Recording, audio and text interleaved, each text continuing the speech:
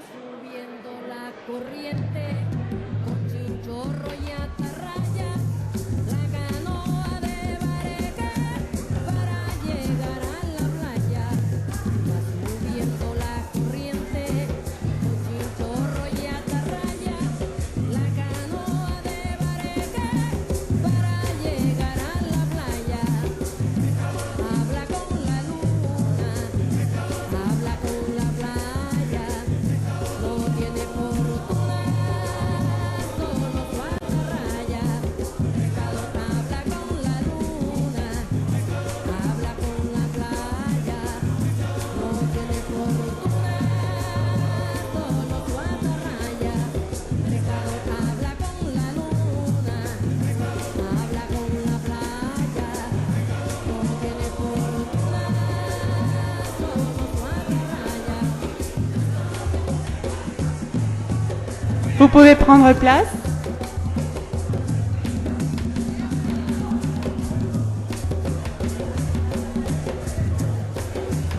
Regresan los pescadores con su carga para vender al puerto de sus amores, donde tienen su querer.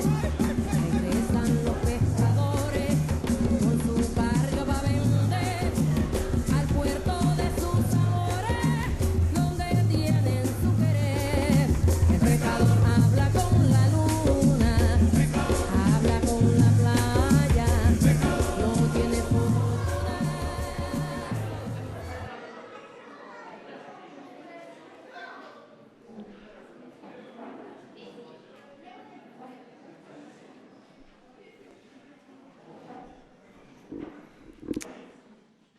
Bon, je pense que vous n'avez pas trop entendu le chant, donc on va peut-être le remettre un petit peu,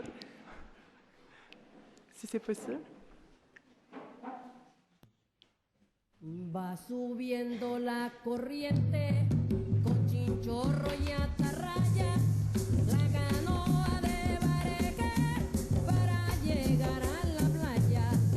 Va subiendo la corriente con chinchorro y atarraya, la canoa de bareque para llegar a la playa. Habla con la luna, habla con la playa. No tiene fortuna, solo su atarraya. Pescador habla con la luna, habla con...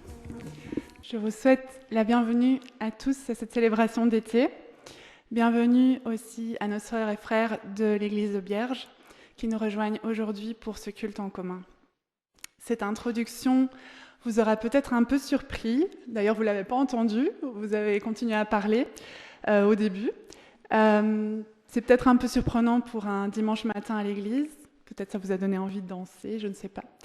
C'est une cumbia colombienne qui parle de la pêche. Et à part un peu nous secouer ce matin, ce chant me sert d'introduction pour le sujet de ce culte, car j'aimerais vous inviter à plonger dans un monde qui m'est très cher, le monde de la pêche artisanale. Et je pense que très peu d'entre vous connaissent dans quoi je travaille. Du coup, je vais vous passer une petite vidéo. Et je vais demander aux enfants d'être très attentifs, car il y aura des questions après la vidéo, les adultes aussi.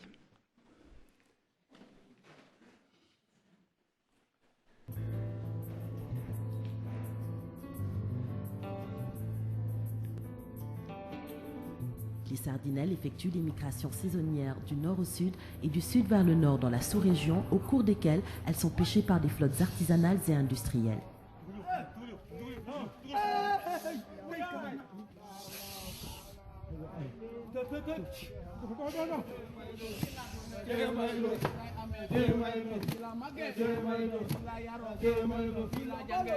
Les pêcheurs artisans utilisent des scènes tournantes, des filets maillants encerclants et des filets maillants dérivants. Ils se déplacent de façon saisonnière, suivant les parcours migratoires des stocks de sardinelles.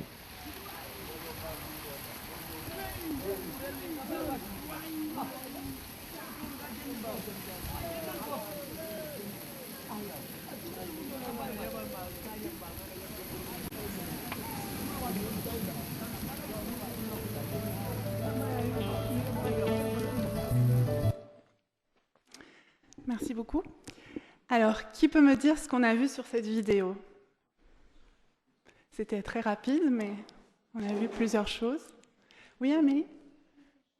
Il pêchait, oui. Qu'est-ce qu'il pêchait? Des sardinelles, oui. Mhm. Oui, vas-y. Oui, Victor? Il chantait en même temps? Oui, oui.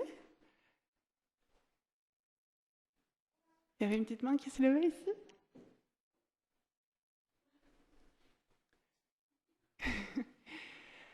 Est-ce que quelque chose d'autre vous a frappé de la vidéo? Oui, Amélie?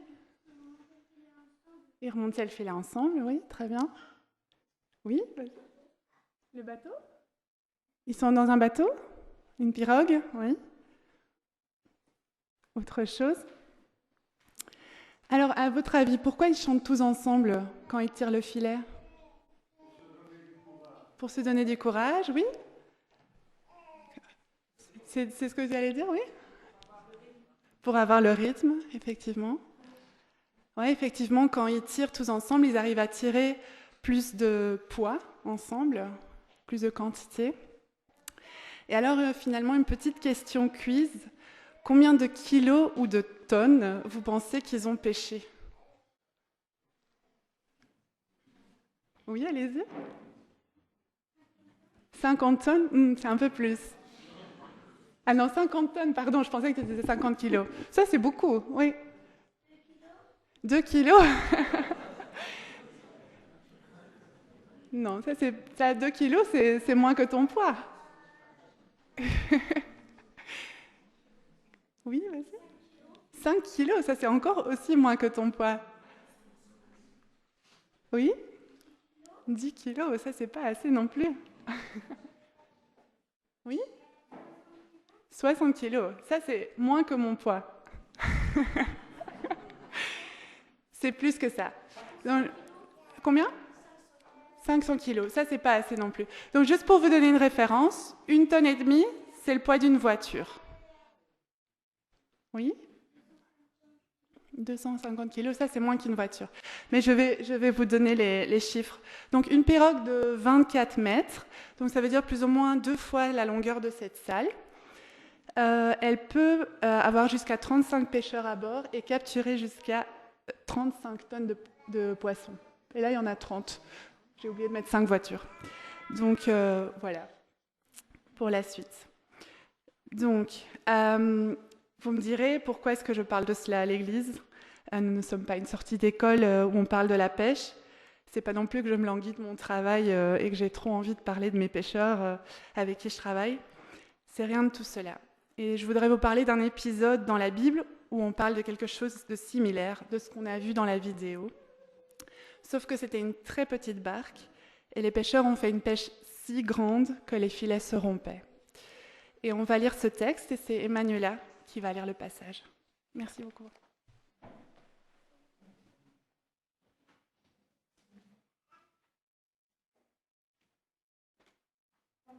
Bonjour.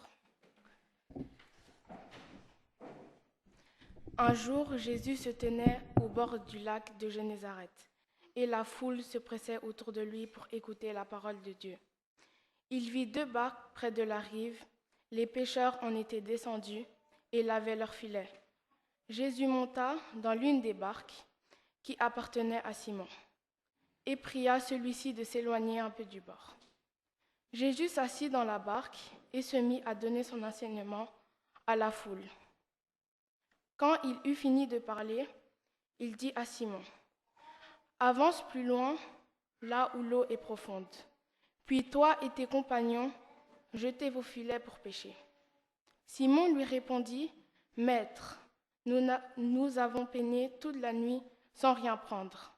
Mais puisque tu me dis de le faire, je jeterai les filets. » Ils jetèrent donc et prirent une si grande quantité de poissons que leurs filets commençaient à se déchirer. Ils firent alors signe à leurs compagnons qui étaient dans l'autre barque de venir les aider. Ceux-ci vinrent et ensemble, ils remplirent les 2 barques de tant de poissons qu'elles s'enfonçaient dans l'eau. Quand Simon-Pierre vit cela, il tomba aux genoux de Jésus et dit, Éloigne-toi de moi, Seigneur, car je suis un homme pécheur. Simon, comme tous ceux qui étaient avec lui, était en effet saisi de crainte, à cause de la grande quantité de poissons qu'ils avaient pris. Ils en étaient de même des associés de Simon, Jacques et Jean, les fils de Zébédée. Mais Jésus dit à Simon, « N'aie pas peur, désormais ce sont des êtres humains que tu prendras. » Ils ramenèrent alors leur bac à terre et laissèrent tout pour suivre Jésus. Amen. Merci beaucoup, Emmanuela. Et avant de plonger dans ce texte, je voudrais vous proposer de chanter 2 chants. Et donc, pour info, pendant le programme d'été, il n'y a pas de club pour les enfants, mais il y a un programme de garderie. Comme il va sûrement pleuvoir, les enfants vont monter plutôt qu'aller à la plaine de jeu. Et les ados, vous pouvez rester aujourd'hui si vous voulez.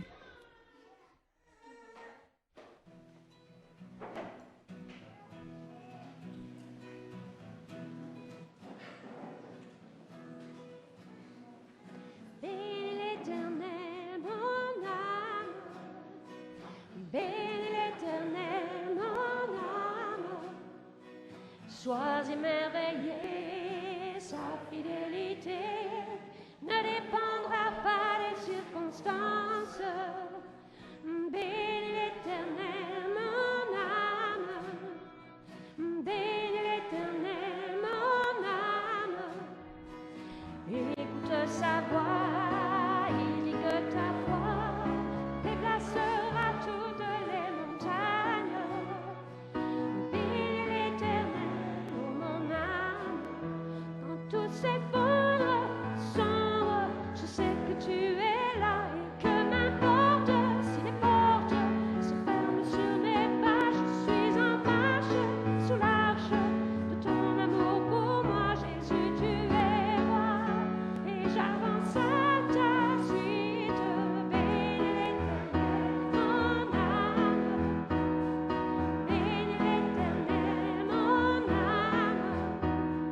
Sois émerveillé, sa fidélité ne dépendra pas des circonstances. Oh, bénis l'Éternel, mon âme. Bénis l'Éternel, mon âme. Écoute sa voix, il dit que ta voix dépassera toutes les montagnes. Bénis l'Éternel, mon âme.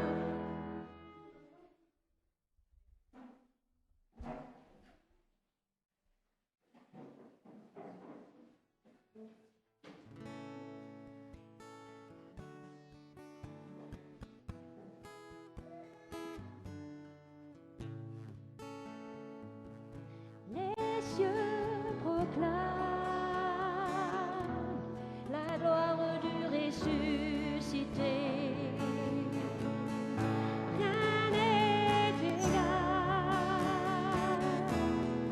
à la beauté du Seigneur. À jamais sera l'agneau sur le trône. Je fléchis le genou pour l'adorer lui seul. Je veux chanter la gloire du ressuscité. L'agneau immolé nous a rachetés pour Dieu. À jamais tu seras l'agneau sur le trône. Je fléchis le genou pour t'adorer toi seul. À jamais tu seras l'agneau sur le trône.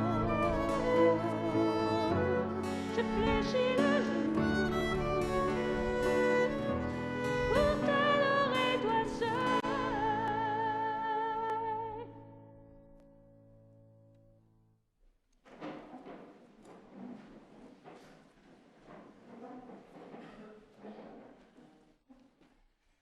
Bonjour à tous. Seigneur, ce matin, Nous voulons te remercier, te dire merci. Toi qui nous as permis de nous réveiller en bonne santé. Et tu as conduit chacun d'entre nous dans ta demeure. Qu'il est doux pour des frères de demeurer ensemble. Ce matin, déjà, mon cœur bondissait de joie de voir certains visages que je n'ai pas vus il y a très longtemps. Et je disais, ça c'est un avant-goût du ciel. Merci Seigneur d'être présent dans ta maison ce matin.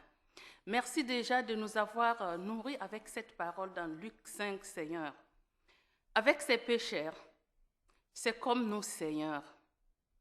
Dans des moments de nos vies où nous traversons peut-être des déserts, des sécheresses, Seigneur, des profondeurs, Seigneur, dans des états misérables, Seigneur. Mais toi, tu ne juges pas. Tu viens dans une grande compassion, dans un amour, nous rencontrer, Seigneur, nous toucher par ta parole parce que tu es parole et vie, Seigneur. Et tu viens changer des situations, comme ces deux barques, Seigneur. Tu es rentré dans une des barques, tu as enseigné, Seigneur, et tu as été sensible à leur situation, et tu les as donné un ordre. Et sur base de cette parole, ils sont allés au large, Seigneur. Ils ont quitté leur zone de confort. Ils n'ont pas pensé ce qu'ils ont vécu toute la nuit, mais ils ont cru en ta parole, Seigneur. Et tu les as bénis comme cette vidéo qu'est l'abondance visuelle. Et c'est ce que tu représentes pour nos vies, Seigneur. C'est ce que tu veux que nos yeux s'ouvrent pour voir ce que tu es pour nous, Seigneur. Parce que tu as donné ton propre Fils, l'unique Seigneur, venu mourir, Seigneur, pour prendre tous nos péchés, Seigneur, et nous redonner l'abondance. Tu es venu nous dire que nous sommes maintenant co-héritiers avec ton Fils Jésus. Les vases de terre que nous sommes, tu es venu habiter en nous par ton esprit, Seigneur, pour prendre possession, pour nous donner tout ce que Christ est pour nous, Seigneur. Que ce matin encore, au travers de ce culte, viens nous toucher, Seigneur, là où chacun a besoin d'être touché. Si c'est la santé, touche au Seigneur. Si c'est au niveau professionnel, touche au Seigneur. Si c'est au niveau et des études, touche au Seigneur. Si c'est au niveau familial, touche au Seigneur, parce que tu n'as pas changé. Tu es le même hier, aujourd'hui et éternellement. Les miracles que tu as accomplis hier, tu les fais encore aujourd'hui. Et nous voulons que ce culte ce matin soit un culte de témoignage et de miracles, Seigneur, parce que tu es Christ en nous. Et nous te bénissons pour ces moments magnifiques que nous allons passer avec toi. Bénis tout un chacun de nous dans le nom puissant de Christ Jésus. Nous avons ainsi prié et nous confions ces moments. Amen.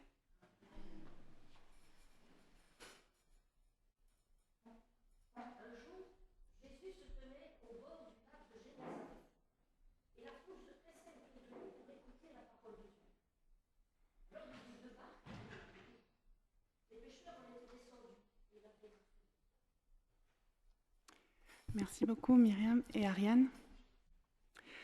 Quand nous nous fréquentions, en apprenant que je travaillais dans l'aide au développement des petits pêcheurs en Afrique, Paul m'a lancé le défi d'étudier tous les textes dans la Bible en lien avec la pêche. Je n'ai toujours pas relevé ce défi, mais c'est vrai que c'est un sujet qui tourne dans ma tête depuis quelque temps. Un fait frappant, c'est que sur la pêche, c'est que c'est une thématique qui n'apparaît que dans les évangiles presque, et presque qu'au travers les personnages qui en font leur profession. Donc Pierre, André, Jacques, Jean. Dans l'Ancien Testament, pourtant, Dieu utilise de nombreuses images et de métaphores pour s'adresser au peuple d'Israël ou même aux dirigeants du peuple d'Israël. Et ces images ont plutôt un lien avec l'agriculture, comme la vigne, ou bien l'élevage de bétail, comme celle du berger.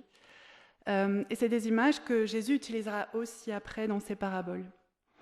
Et de plus, de nombreux héros de la foi dans l'Ancien Testament étaient ou éleveurs de bétail, comme Abraham, ou bergers, comme Jacob, Moïse, David. Et je pense que je ne suis pas la seule que si je dis pêche de l'Ancien Testament ou mer, on pense plutôt aux gros poissons de Jonas.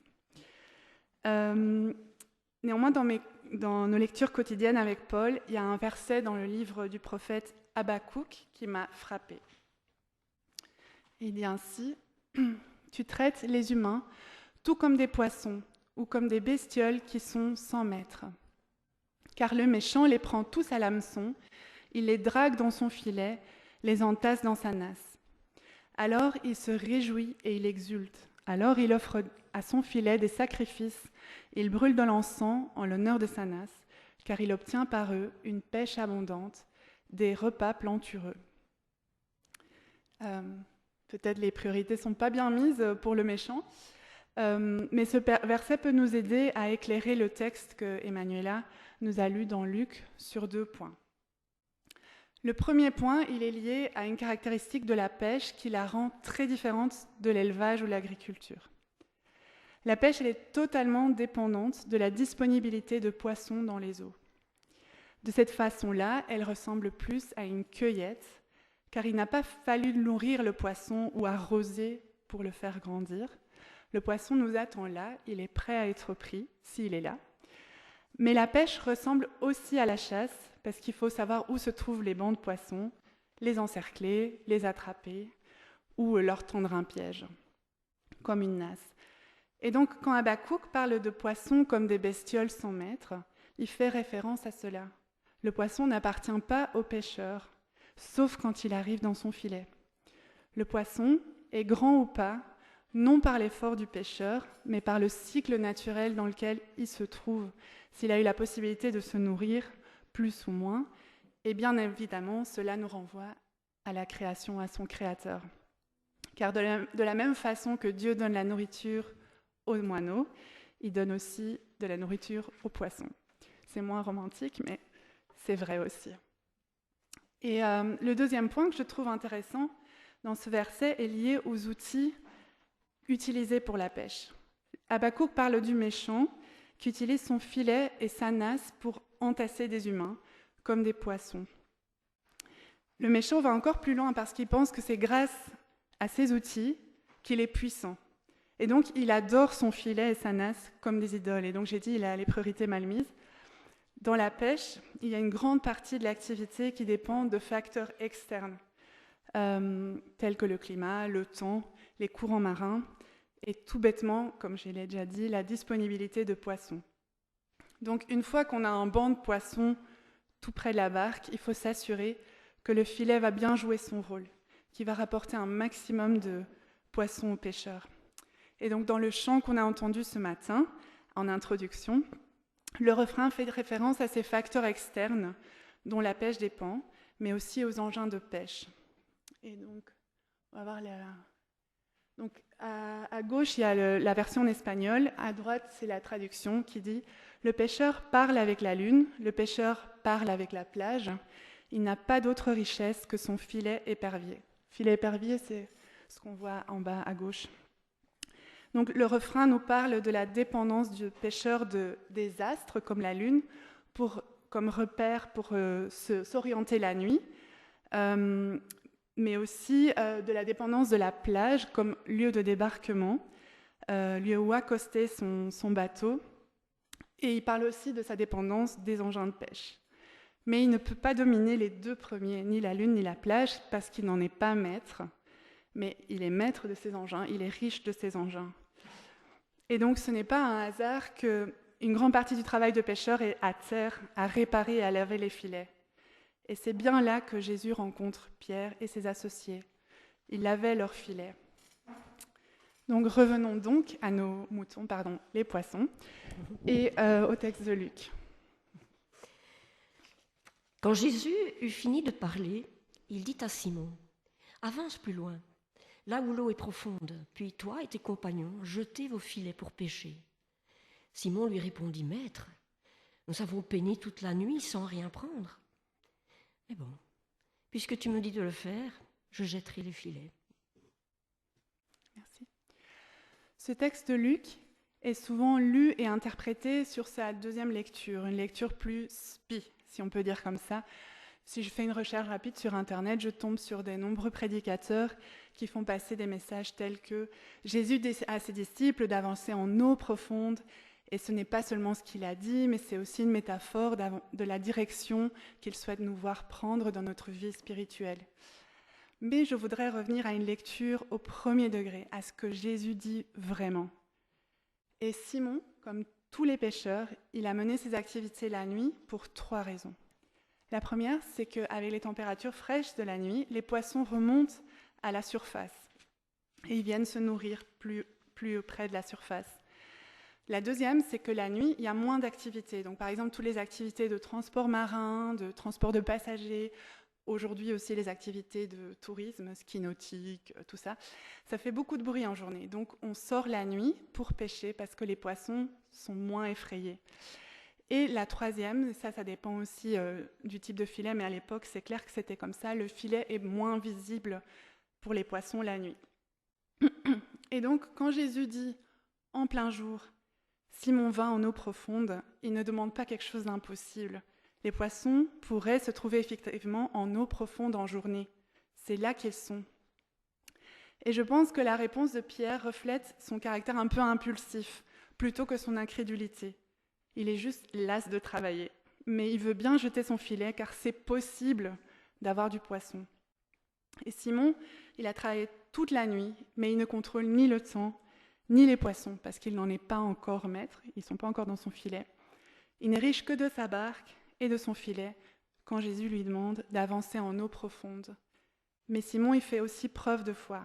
Sur ta parole, je jetterai le filet. Ils jetèrent donc les filets et prirent une si grande quantité de poissons que leurs filets commençaient à se déchirer. Ils firent alors signe à leurs compagnons, qui étaient dans l'autre barque, de venir les aider. Ceux-ci vinrent, et ensemble, ils remplirent les 2 barques de tant de poissons qu'elles enfonçaient dans l'eau. Quand Simon-Pierre vit cela, il tomba aux genoux de Jésus et dit « Éloigne-toi de moi, Seigneur, car je suis un homme pécheur. » Simon, comme tous ceux qui étaient avec lui, était en effet saisi de crainte, à cause de la grande quantité de poissons qu'ils avaient pris. Il en était de même des associés de Simon, Jacques et Jean, les fils de Zébédée. Et alors le miracle ? Le miracle n'est pas la pêche en elle-même. La pêche relève d'un fait normal, bien qu'en plein jour. Il se trouve en eau profonde. Ce qui surprend Simon et ses compagnons, c'est la quantité. Les filets se déchiraient, les barques avaient tant de poissons qu'elles s'enfonçaient dans l'eau. Et donc Simon, là, il comprend que devant lui se trouve quelqu'un qui maîtrise plus qu'un filet ou une barque. Devant lui, il y a quelqu'un qui sait qu'il y a un banc de poissons en eau profonde, juste là, en plein jour, à ce moment même. Et à cette époque-là, il n'y avait pas de radar qui permettait de détecter les grands bancs de poissons comme aujourd'hui. Et donc Simon, dans son caractère de tout ou rien, il comprend qu'il est face à quelqu'un de puissant, quelqu'un qui domine les poissons. Et il l'appelle Seigneur, en grec, Kyrios. Ah oui, j'ai mis ça en gris, oups, ça ne se voit pas beaucoup. Donc à droite, on voit comment il appelle Seigneur, et en grec c'est Kyrios, et ça veut dire Dieu, mais ça peut dire aussi maître dans le sens de propriétaire ou celui dont on est servant. Alors qu'auparavant, quelques versets avant, Pierre, avant de voir le miracle, il avait appelé Jésus maître. En grec, epistates, dans le sens rabbin ou quelqu'un qu'on admire pour ses enseignements. Et donc il y a un changement de perspective de Pierre. Pierre, à genoux, il se trouve devant quelqu'un qui est plus qu'un enseignant, quelqu'un qui est digne d'être appelé Seigneur, quelqu'un que l'on sert. Chantons « Mon Jésus, mon Sauveur ».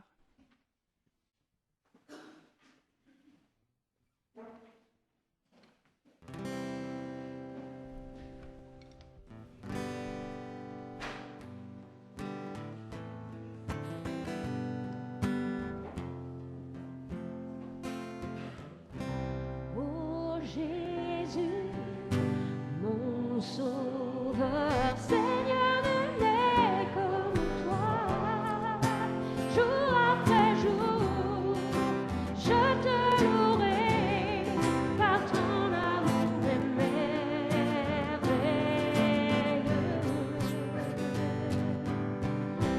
Mon abri, mon refuge, mon réconfort, mon rocher,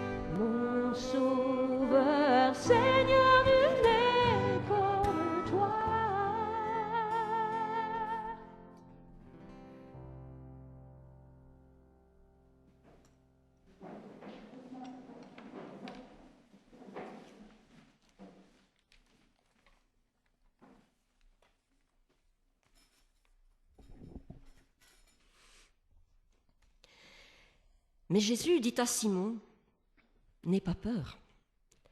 Désormais, ce sont des êtres humains que tu prendras. » Ils ramenèrent alors leur barque à terre et laissèrent tout pour suivre Jésus. Et voici un appel, cette grande formule « Désormais tu seras pêcheur d'hommes » dans une autre traduction.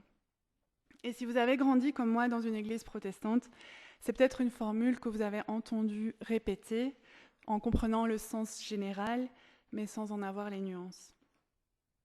Et Pierre, qui est pêcheur de profession, en vue de cette pêche immense, pouvait comprendre les subtilités. Les poissons, ils sont sans maître, ils n'appartiennent à personne tant qu'ils sont dans la mer. Ils voyagent en banc, suivant les courants et la nourriture. Ils grandissent et se multiplient sans que l'on doive faire quoi que ce soit. Dieu les fait croître en cachette jusqu'à ce qu'ils soient prêts à être pêchés.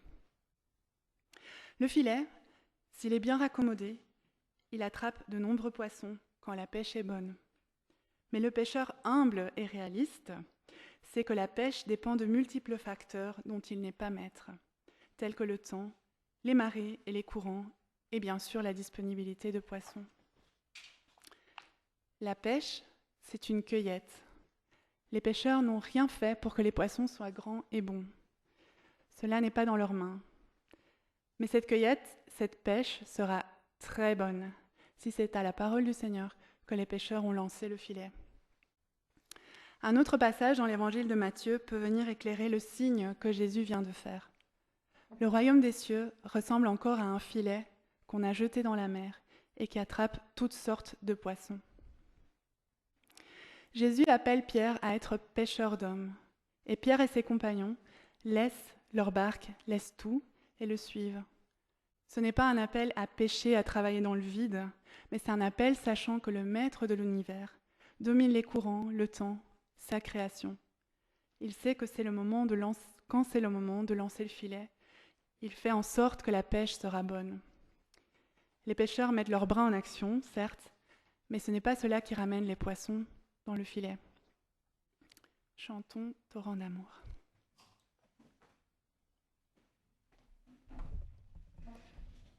Et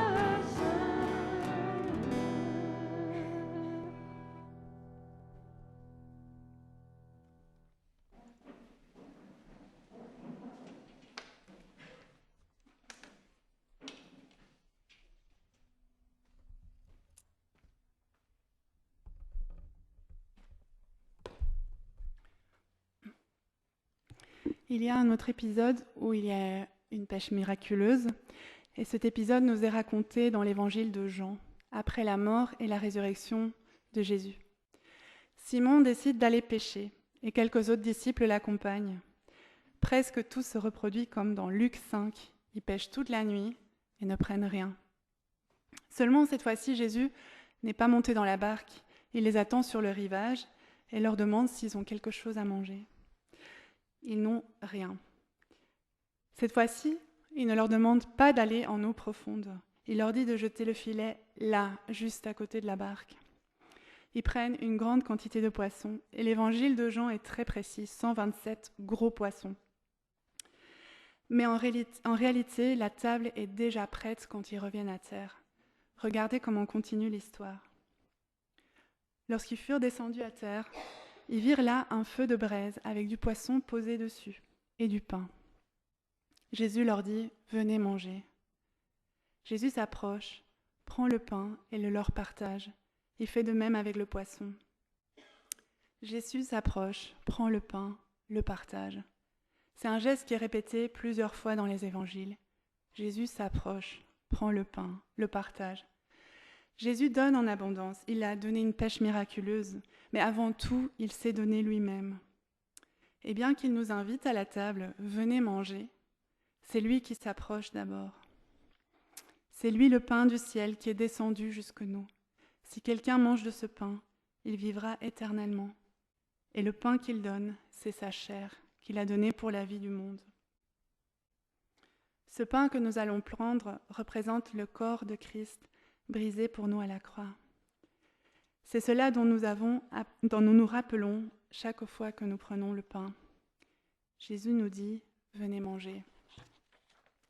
Et j'ai oublié de demander à 3 personnes si elles peuvent passer le pain. Merci d'avance.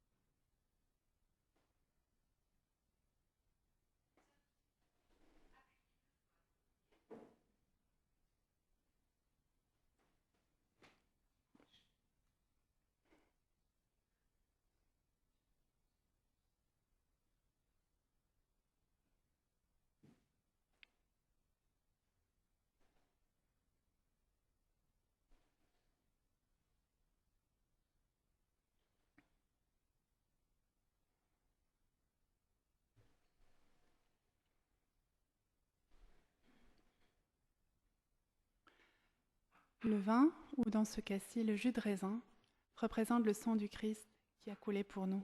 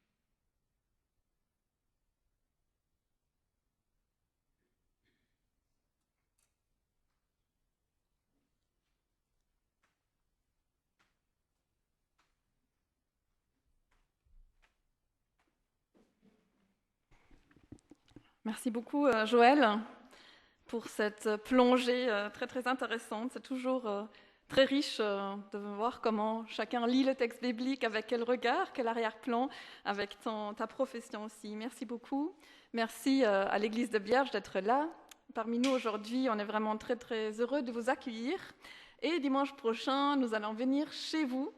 Attention, donc il n'y a pas de culte ici dimanche prochain, mais on va à l'église de Bierge et le culte est à 10h15, pas à 10h30.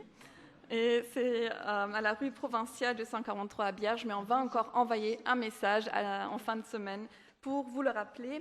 Et aussi après le culte, pour ceux qui peuvent, on va faire un pique-nique au Bois des Rêves. Donc si vous avez envie de rester encore, prolonger ce moment de communion, prenez votre pique-nique.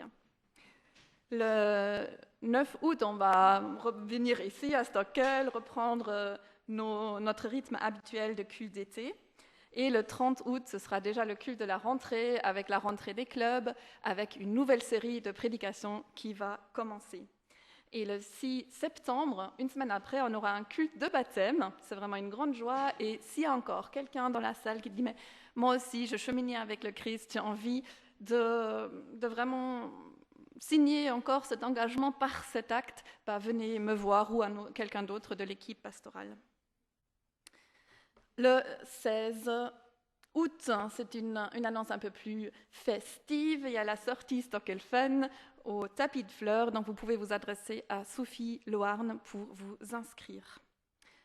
Déjà une date à noter pour l'église de Stockel. Nous avons notre week-end d'église du 10 au 11 octobre à Genneval. Notez déjà bien ça dans vos agendas.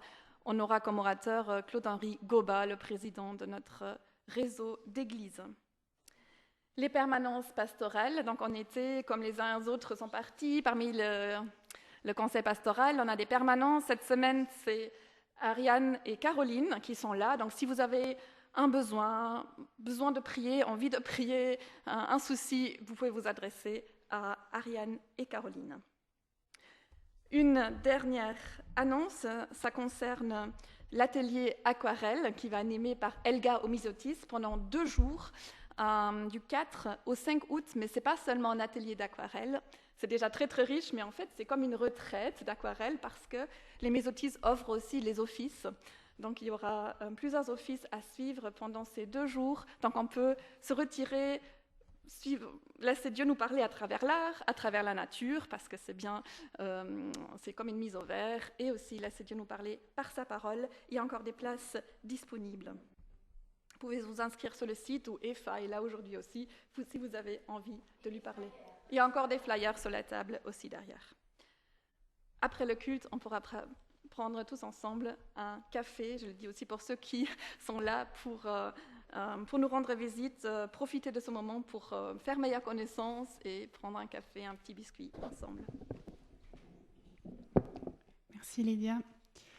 Donc, l'appel à Pierre et aux disciples est un appel aussi pour nous à marcher à la suite du Christ. Dans Luc 5, les disciples ont ramené leur barque à terre et ont tout laissé pour suivre Christ. Et dans Jean 21, après la mort et la résurrection de Jésus, Jésus est encore plus explicite. Par 2 fois, il répète à Pierre « Suis-moi ». La première fois, Pierre demande « Que va-t-il arriver à Jean ?» Et Jésus répond « Que t'importe, toi, suis-moi ». Quand moi je suis tentée de voir à gauche et à droite ce que fait mon voisin, ma voisine, mon frère, ma sœur, ce verset me rappelle que le choix de suivre Jésus est personnel. Je me rappelle aussi que ce n'est pas mes oignons, que m'importe, moi je décide de suivre Jésus. Et c'est un choix personnel. Pour ceux qui l'ont déjà fait, ces passages sont quand même un rappel de continuer de décider de suivre Jésus, un jour à la fois, chaque jour. Mais si aujourd'hui c'est la première fois que tu te poses la question, je t'encourage à laisser cette question se poser. Et pourquoi pas de faire le pas, d'écouter cet appel de Jésus. Toi, suis-moi. Pourquoi ne pas en parler avec un ou une membre du conseil ou un frère ou une sœur, t'approcher et dire « Oui, j'aimerais suivre Jésus ». Léo va prier pour clôturer le culte, après quoi nous chanterons un chant et nous passerons les paniers. Si vous êtes en visite, sachez qu'il n'y a pas d'obligation.